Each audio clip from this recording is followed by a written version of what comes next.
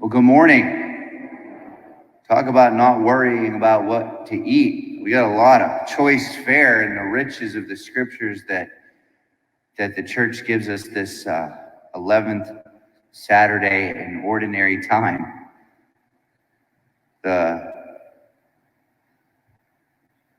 This experience of coming to awareness of God's power made perfect in weakness corresponds well to the gospel, but I think in our own lives there are these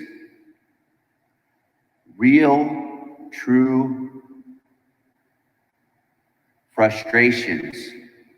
They could be sins, but they may be defects of virtue. They could be physical illnesses or conditions that we want to say, if I could just get rid of that thing, I would be amazing. I'd be incredible. Like, if only I could pick the right Powerball number, the world would be a better place, right? That's a barrier to my flourishing. And I think the key thing is here, St. Paul isn't saying, I just was like, Hakuna Matata, right? Like, I don't care, it's fine, I stink at this. He's like, 3 times I went to the Lord and I begged him. So there's this, this self-awareness that flows into a prayer that's described as a begging, which is a word I don't infrequently use, but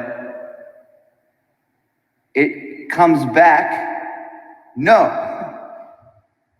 And so for us as the education, it's not to say we don't want to bring the wound to the Lord, but the Lord may choose to manifest his glory, with you with that weakness. The Olympics, there's always, every person has a human interest story. There's like, they had this disease or that disease, they grew up in this place or that place, they overcame this thing, and because of that, you're less likely to hate the person. Right? Like, oh, they just jump real high and make lots of money, I'm resentful. But because of that fact, you can, I'm using the Olympics, it's everything on TV that have to do with because of that, we can relate and have hope in the face of our own difficulties. Not that we're going to become the Olympic athlete, obviously, but that there's hope for us. And St. Paul is saying that in space today. And the Lord, of course, worry. Like, if you could add years to your life with worrying, would be a bunch of 300-year-old men and women, wouldn't we? Because that's what we do so frequently. We let our hearts be troubled about so much.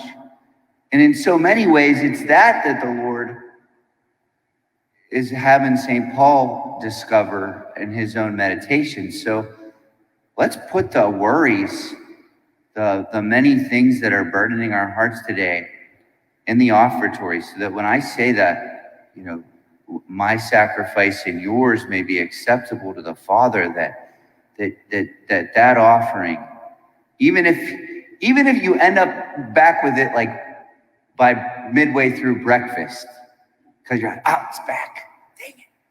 But that you've given it to him again, and you may have given it to him 1,000 times, but offer it again.